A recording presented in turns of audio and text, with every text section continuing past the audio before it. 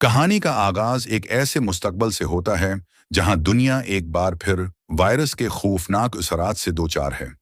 Doctor Robert نیول، ول Smith کی قربانی نے ہزاروں لوگوں کو بچایا، لیکن بہت سے سوالات باقی رہ گئے۔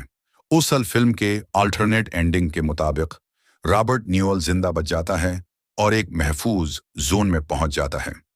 آئی ایم لیجنڈ 2 اسی الٹرنیٹ اینڈنگ کو بنیاد بنا کر شروع ہوتی ہے۔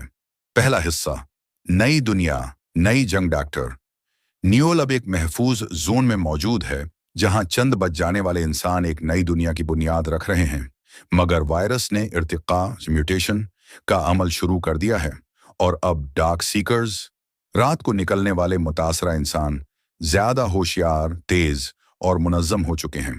وہ اب صرف جانوروں کی طرح نہیں بلکہ اجتماعی طور پر حملہ کرتے ہیں۔ نیول ان پر تحقیق جاری رکھے ہوئے ہے۔ وہ ایک نئی نسل کو بچانے کے لیے ایک نئی دوا تیار کرنے کی کوشش کر رہا ہے۔ دوسرا حصہ، ایک نیا ہیرو۔ فلم میں ایک نیا کردار متعارف ہوتا ہے، ایلیا، ایک نوجوان لڑکی جو وائرس کے خلاف قدرتی مدافعت رکھتی ہے۔ ڈاکٹر نیول اسے اپنی تحقیق کا مرکز بناتا ہے۔ ایلیا اور نیول ایک ٹیم بناتے ہیں اور اس نئے وائرس کی کمزوری تلاش کرتے ہیں۔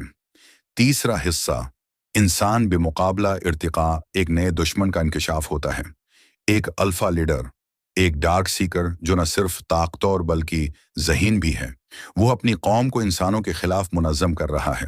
وہ سمجھتا ہے کہ انسان وائرس کے پھیلاؤ کے ذمہ دار ہیں۔ اب یہ صرف زندہ رہنے کی جنگ نہیں بلکہ دونوں اقوام، انسان اور میوٹیٹڈ سپیشیز کے درمیان بقا کی جنگ ہے۔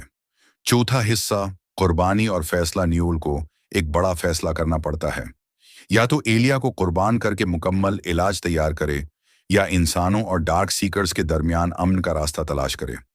فلم کا اختتام ایک طاقتور سین سے ہوتا ہے جہاں نیول اور ایلیا الفا لیڈر سے آمنے سامنے ہوتے ہیں۔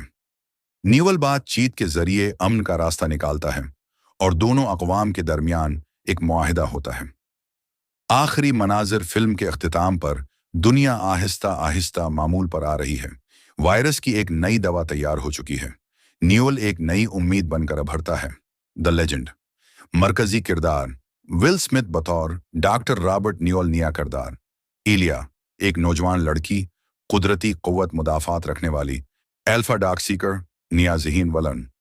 موضوعات، انسانیت، قربانی، سائنس بمقابلہ، فطرت، امن اور بقا۔